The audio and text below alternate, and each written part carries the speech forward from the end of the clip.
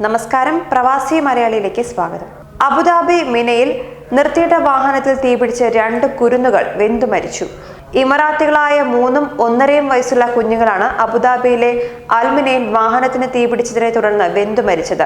ഇവരെ വാഹനത്തിലിരുത്തി രക്ഷിതാക്കൾ പുറത്തുപോയ സമയത്താണ് അപകടം നടന്നതെന്നാണ് പ്രാഥമിക അന്വേഷണത്തിൽ വ്യക്തമാകുന്നത്. മെഴ്സിഡസ് ബെൻസ് ജി ക്ലാസ് വാഹനമാണ് പൂർണ്ണമായും കത്തി നശിച്ചതെന്നാണ് റിപ്പോർട്ടുകൾ സൂചിപ്പിക്കുന്നത്.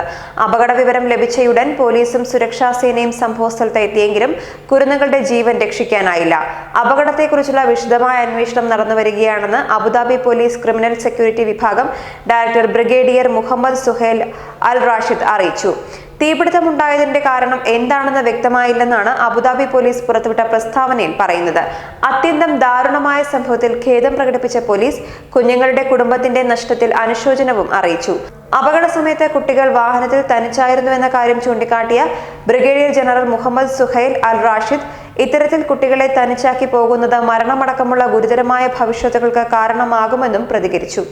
അബുദാബിയെ തന്നെ ഞെട്ടിച്ച സംഭവത്തിൽ വിശദമായ അന്വേഷണം നടന്നുവരികയാണ്.